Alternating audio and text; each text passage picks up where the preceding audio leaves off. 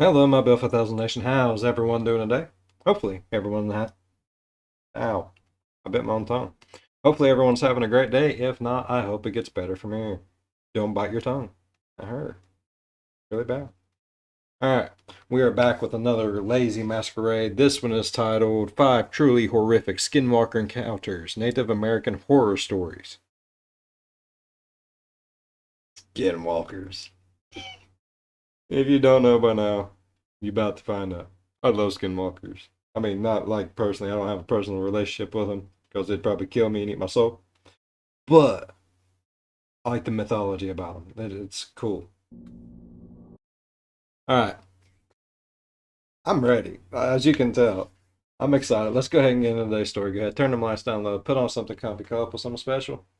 Let's get creeped the hell out. Skinwalker style.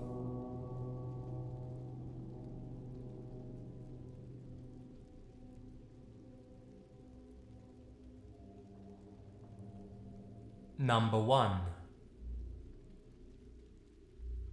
I grew up in a town on the Gulf of Mexico. Our neighborhood was next to an absolutely huge field, and on the other side of the field was the Gulf itself. My childhood home was laid out where my bedroom and my parents' bedroom were on opposite sides of the living room, which is where the front door was. I normally stayed up late, much later than my parents at least. They didn't mind much, as I didn't get into much trouble just playing video games. Anyway, I'd fallen asleep playing Super Mario RPG on the SNES, mid-battle and all, when I woke up to my dad calling me into the living room. So I got up and walked out of my room. Every light in the house was off. I called out, "Dad?" I don't recall the exact verbiage used, but he called me by name, and was calling me to him. The living room was completely empty, and as I said, without a single light on. I stood there, my eyes peering around the room, which was dimly lit from a nearby street lamp seeping through the blinds. Oh, I'm not liking this at all. I don't have a fear of the dark in any way, shape, or form. I'm a firm believer there is nothing there at night that isn't there during the day. Like, it is what it is. I just hate creepy things happening in the dark. I know. It's like no shit, Bill. Everyone hates creepy things happening in the dark. No, like, I don't like things being creepy in any way, shape, or form while it's dark. If it's dark out, you need to be fucking normal. You know what I mean? Just stop acting weird. Dad? Again. Father? Is you in here, Father? Father? He calls out to me. This time, Boy. though, his voice came from beyond the front door. In retrospect, That's when you're like, man, fuck you, Dad. I've seen one too many damn scary, no, horror film, no. I ain't gonna be popping up on Channel 2 News. You got me fucked up. of course, something was wrong. But as a young boy being called in the middle of the night by their father's voice, my first thought was that he obviously needed my help for some reason. Yeah. I approached the front door slowly. Very slowly. Yeah. Partially out of confusion, and partially out of grogginess. As Bullshit. I approached, my Bullshit. It was out fucking fear. And he was like, man, alright. Oh, if I go out here and Dad's not out here, he's gonna beat my ass. But if I don't go out there and he's out there, he's gonna beat my ass. And I might get my ass beat just for being out of bed. I don't like none of this shit. dad called to me again, then again, and a third time, each call beckoning in a friendly yet urgent tone. I was within reach of the doorknob now. I say, I would know right then and there it wasn't my dad. My dad never sounded cheerful or happy. He's one of them monotone people. He's got the same voice, whether he's bitching at you or congratulating you. You don't know. You don't know. But I know if he hollers at you more than 3 times in a row, that fourth time, he gets angry. Very angry. So yeah, I would know right off the bat. It was like, man, you ain't my dad. Mm-mm. Stood there. At this point, I felt something was a little off. Maybe I was sleepwalking, or caught in some vapor of sleep or something. I paused for a few seconds to really drink in my surroundings, feel my environment, so to speak. This gave me some time to truly take in the details. I was perceptive. I was awake. There was no mistaking it. Dad? Silence. Dad? Then I heard him once more. Stern this time, like he sounded when I was in trouble. There you go. Get out here, now. Oh shit, it's serious. No, you know something? My little ass should still be up in bed. I don't even know why the hell I woke up. I came all the way down here because I thought I heard you needing me, and now I'm here and you're being a dick. Man, I'm going back to bed. Fuck this shit. I'm done. I'm out. Yes, I think to myself. I reach for the door. Son, what are you doing? It was my mother, right behind me. Her voice, in contrast to everything I was feeling in that moment, terrified me. It was the most startled I had ever been in my life, but that record wouldn't last long. I replied to her inquiry. Dad's outside, calling me. I think he needs me. She simply said, So boy, you're Dad's stupid. in the bedroom asleep. This phrase is one of the most vivid memories I have. Just thinking about it has me covered in chills. Fuck that. How The was record shit? shattered. My mama, I'm sleeping in bed with you. I don't give a shit. I need a bath too. I done pissed it and shitted it all over myself. This was by far the most terrifying single moment in my life. Yeah? I know for a fact I Fuck wasn't that. dreaming. I don't sleepwalk. I remember waking up. I remember it very clearly. And then, right after that, was when I had first heard that voice, luring me outside. Maybe that's what woke me up in the first place. I had no response to the bombshell my mother had just dropped on me. I was just emotionally exhausted by fear. You know, that sickly, exhausted feeling you get when you receive absolutely terrible news. I simply muttered, "Good night," shuffled back to my room, and laid there on the floor until I passed out from emotional exhaustion. I've never heard anything like that since. I've told this story for 20 But see, don't they like mimic the voice of their previous victim? Ain't that how it goes? So shouldn't this boy's dad be dead by the Skinwalker? years now the exact same way. It's one of the clearest memories I have from my childhood. I, of course, don't know 100% that this was a Skinwalker. I have no idea what the fuck it was, though I have heard that they do employ these kind of tactics to lure you into their sick traps. They do, they really do, but I'm pretty sure it's like the voice of their last victim. Don't quote me on it. I'm not a Wendigo or a Skinwalker or a cryptic or anything specialist. I'm not. I just know the little things I know, but I literally thought that they mimicked the voice of their last victim. All I do know for sure, though, is that it was something, and It was definitely fucking something though, bud. it almost tricked me. It almost got him. I'll get you, boy. Number 2. A few Deer Walker? Maybe there'll be a Walker Texas Ranger too. years ago now, I was out on a camping trip with a couple of my buddies, one of whom was of Navajo descent. It was just a few guys getting away from the real world for a while, escaping into nature. The first night was great. We set up camp in a clearing, had a few beers and shared a few laughs.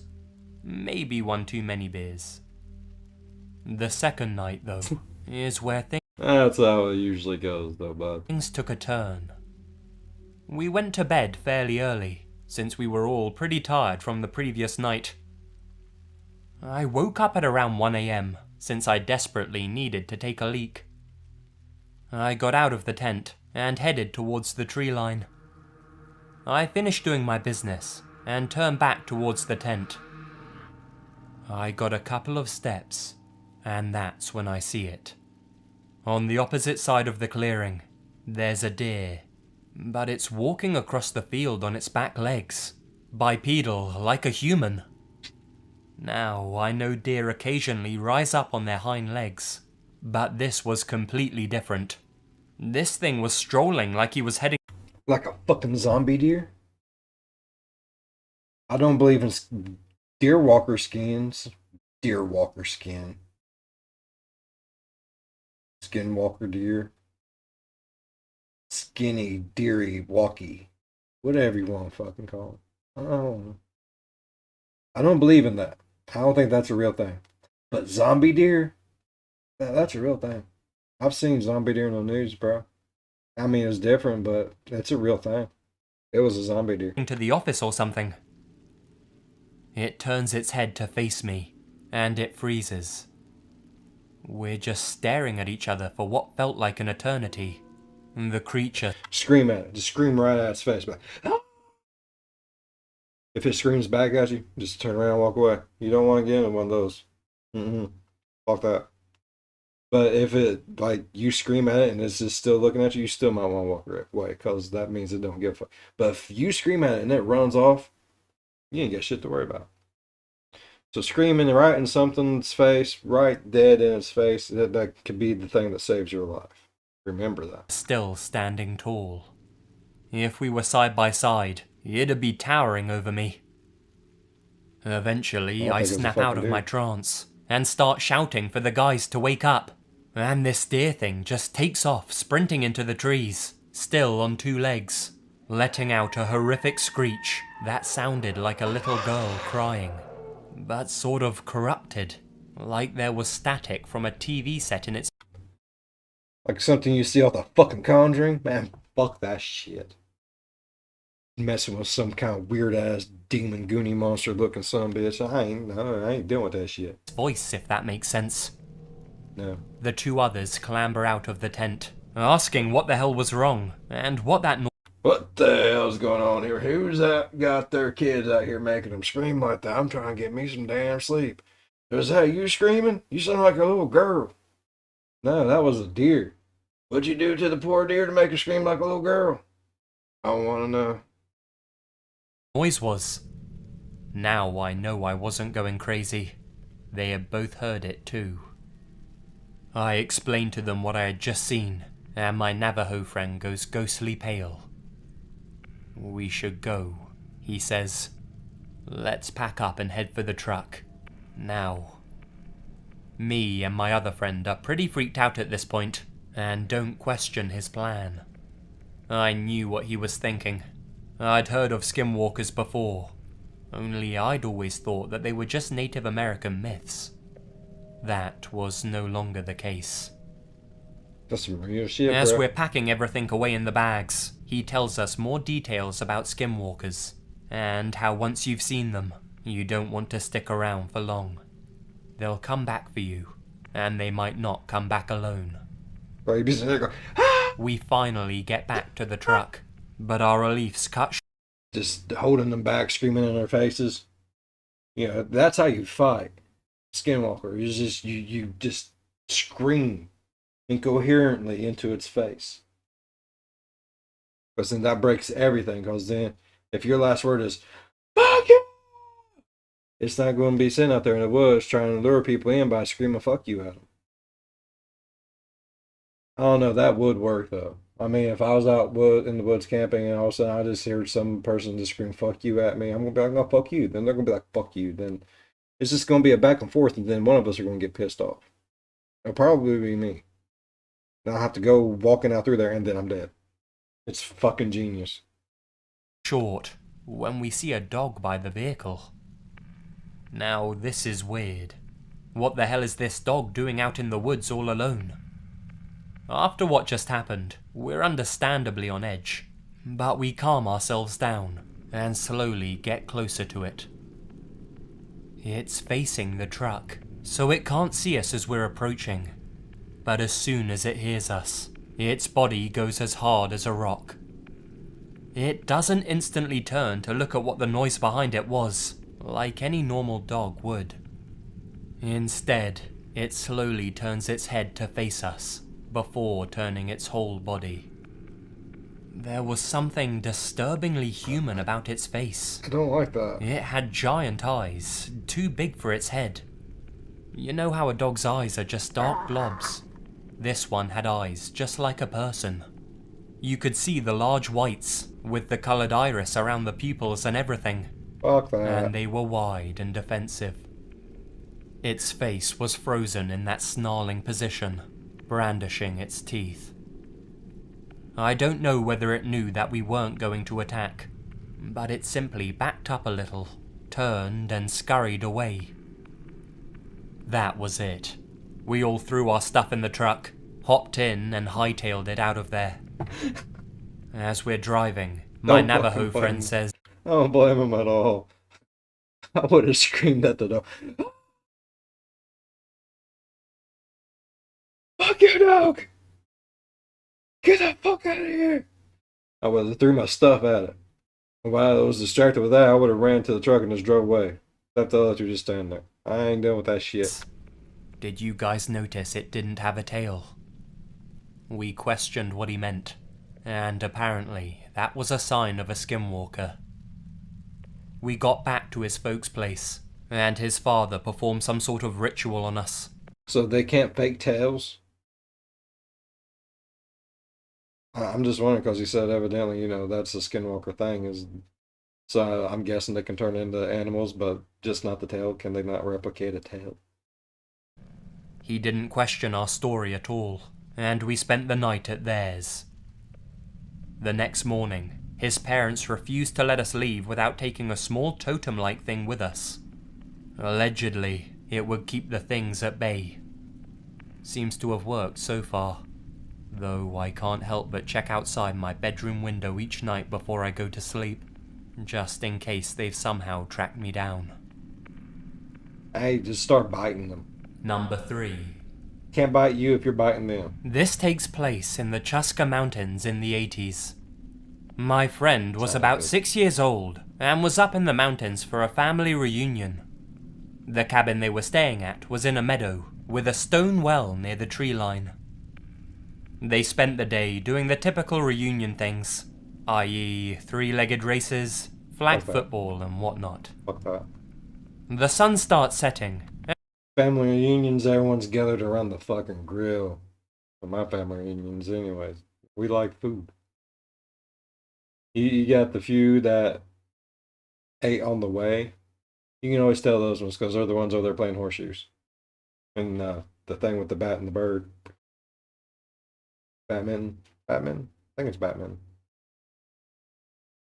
Everyone else hang around the grill like, I want that one. That one. No, that. Oh, yeah. And the family retires to the cabin. The older people plan to sleep in the 2 bedrooms, and the kids would sleep in the cots in the living room. All was well, and the kids were tucked into bed. My friend, Sandra, feels uneasy and is struggling to go to sleep. She's tossing and turning, unable to shake this really weird feeling. What's going on, Sandra? Her feeling immediately turns to fear as she hears something big, something heavy, making its way across the porch. Making her way downtown. Why is it just creeping across the freaking porch? Man, see, it would not pay me to be a little kid because I'd be like, what the? I was one of those kids, bro. I'm not even going to try to sugarcoat. I was a dumbass child. Someone tried to break in our house whenever I was little, through my mom and dad's bedroom window because the way the house was, like, here was our backyard. Here was our front yard. And our house, this part of the house was, like, technically underground. It went down a hill like that. There was no windows there except for right at the top of the grass. But my mom and dad's room was on the first floor, which was no hill on this side. But someone busted in through that window, and all I did was walk in and be like, hey, you need to shut the hell up. I have got to go to school tomorrow. And so help me God, if I have to hear my mom coming in here and hollering and screaming at you, I am going to flip shit. The dude dropped the knife and ran away, and I was like, damn, that was probably stupid. Went in and told mom, she's like, what the fuck you doing out bad? And someone was coming in through your window. I went there and bitched at him. She's like, whatever, Bobby. She's like, who was you really in there talking to? The dude trying to come in through your window.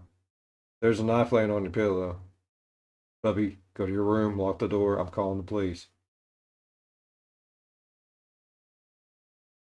It don't look like that nice of a knife. I mean, I'm sure you don't care if you keep it. You're not stealing. Bubby, you're stupid. Now go to bed. Okay. Sandra fears that it may be a bear looking for food. She could make out the shadow of something large and black as it passed the window. It's making its way to the door, and she sees that the family hasn't locked it. Sandra watches the door, too scared to move or even scream, and she sees the doorknob rattling back and forth. Oh, fuck that. Whatever's trying to open the door succeeds. The room floods with the most putrid and horrific stench, and she sees a large human hand make its way through the door. She finally summons her strength and screams for her father. Her dad runs in and sees Sandra pointing at the door.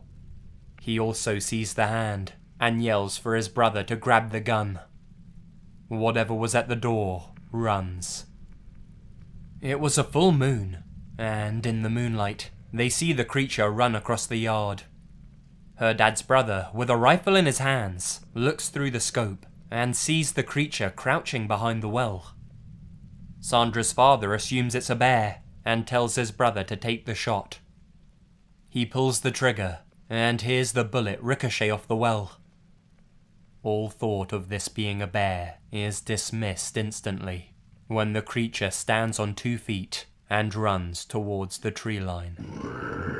They never saw the creature again. Oh yeah.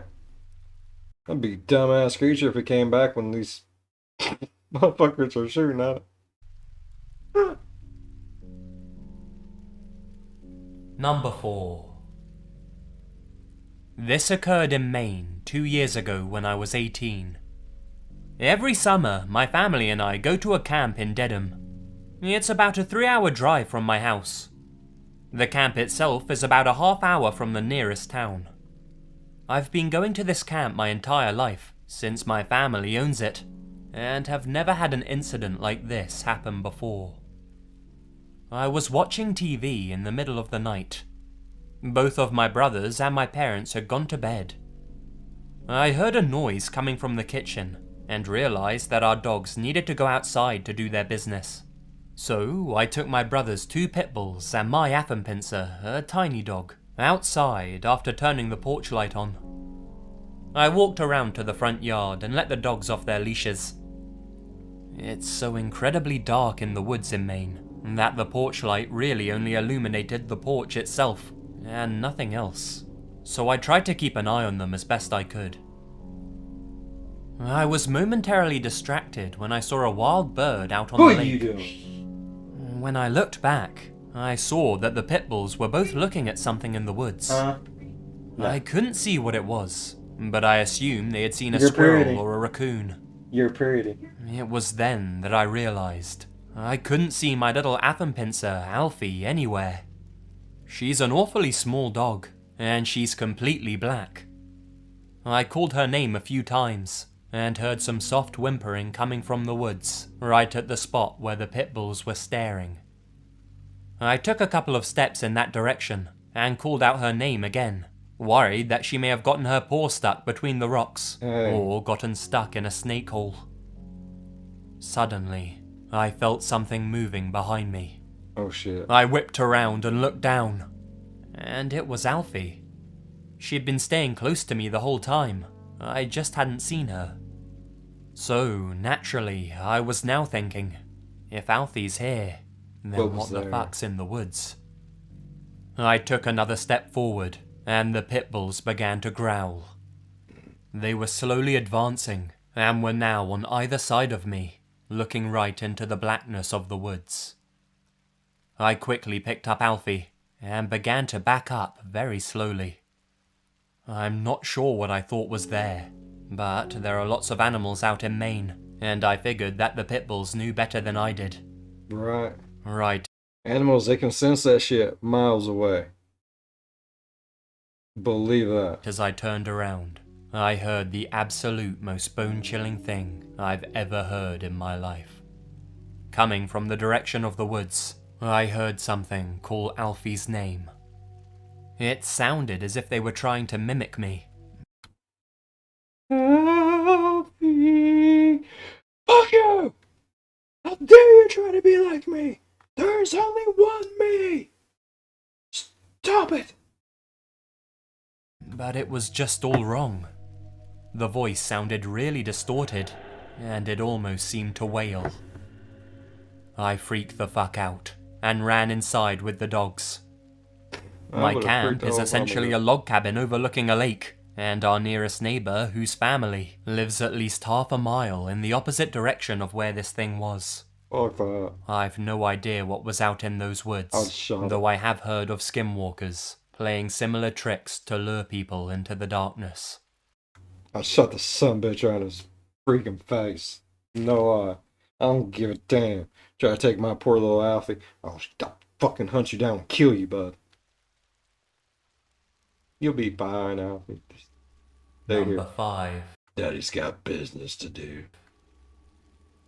Last October, I was visiting my grandparents out in Shiprock, New Mexico. Many Navajo people, including my own family, are very reluctant to speak about skinwalkers, because it's commonly believed that if you talk about them, that draws them to you. We talking about them like a motherfucker, ain't we? Shit. If something happens to me and there's some weird goony monster sitting in this chair the next time a video comes on and it sounds kind of like me but kind of not, hey, give him a like, subscribe, you never know. That talking about them attracts their attention. However, I grew up away from the Navajo Nation and was very naive about the subject. When it came to skinwalkers, I was an absolute skeptic. My mum used to tell me a story about how back in the 80s, she and my aunt saw a skinwalker just outside their driveway, under a streetlight. She described it as a black dog with dirty fur, a twisted, noodle-like front leg, and these unnatural eyes with a soft burnt glow to them. Me, being my logical self, doubted every word, but I never said my doubts aloud. That'd be mean. But these doubts totally changed last year, when I went to my grandparents' house. My family and I had just finished going to the carnival at the Navajo Nation Fair, and decided to call it a night. The house was close enough where we could just walk home in less than 10 minutes.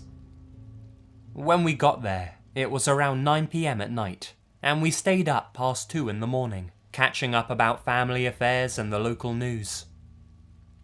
It was during that time that I decided to open my mouth and blurt out the question, "Hey, are skinwalkers real?" "You shouldn't be speaking about that," my grandma said, with almost a disturbed yell in her voice. Not wanting to push the discomfort any further, we all decided to go to bed. Okay. Now, the trailer is pretty old, and it was a really nice night, so we slept with the windows open and the screens covering them to prevent bugs coming in. Everyone had fallen asleep except me. Just as I was finally getting relaxed, I started to hear something moving outside. I get up from the couch and start wandering over to the kitchen window. All of the rooms have the lights out, so the only visible light that I can see is from the porch light out the front. I take a quick scan of outside. From the porch light, all I can see is the dusty ground and the vehicles that my family drove, along with some old metal trash cans that stood beside the road. Okay. Sounds Looking normal. for a good 5 seconds, I wasn't able to see anything, so I was getting ready to turn around and walk back to bed, thinking it was just a stray cat or something. Only having taken 2 steps, I hear what sounds like a distorted scream coming from outside, definitely close by. Fear rising, I look outside again, and there I see it. A coyote-like figure was staring at my direction from behind the cars, just outside of the reach of the porch light. Only it looked absolutely wrong, and gave off an evil vibe just from looking at it. It was grey, with very dishevelled hair, and a horrific orange-reddish glow to its eyes. I noped the hell out of there back to the bedroom. It was at that moment I had also begun to notice an awful stench in the air. It smelled of rotting meat. I started trying to... That's what they say they smell like, is rotten, like spoiled, rancid meat.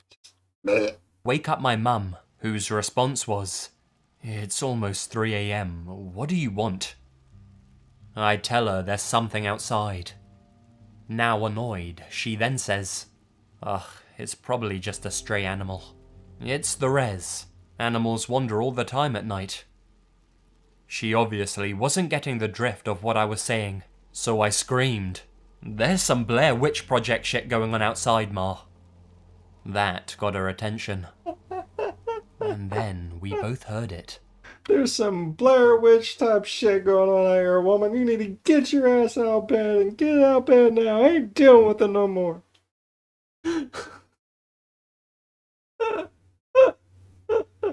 Oh, I love it. The thing outside started making more of those dreadful screams, and sounded as if it was thrashing around on the ground outside. Both her and I got up and looked outside the window, and the coyote thing was making its way to the front door.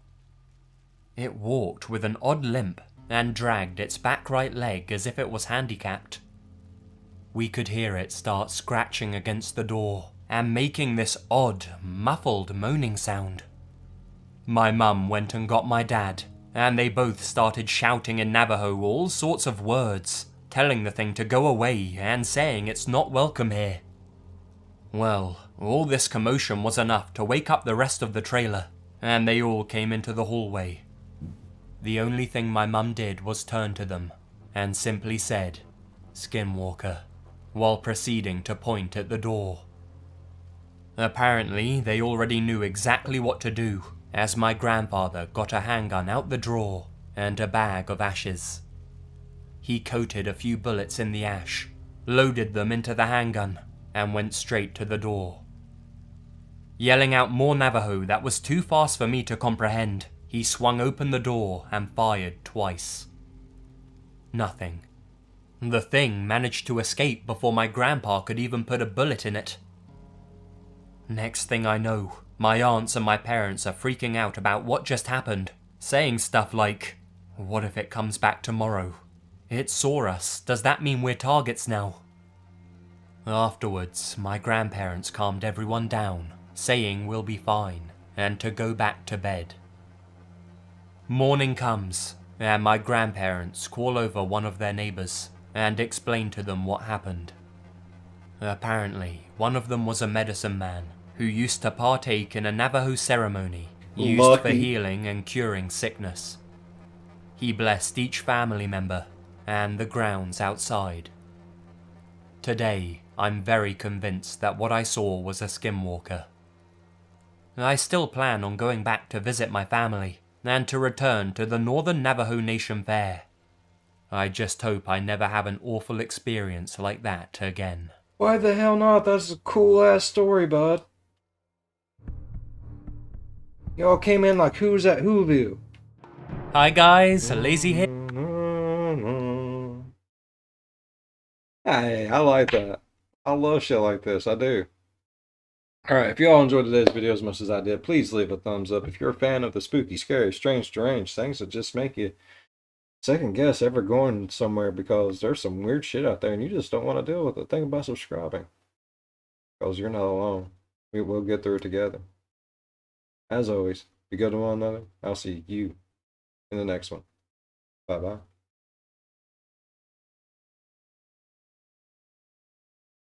I mean,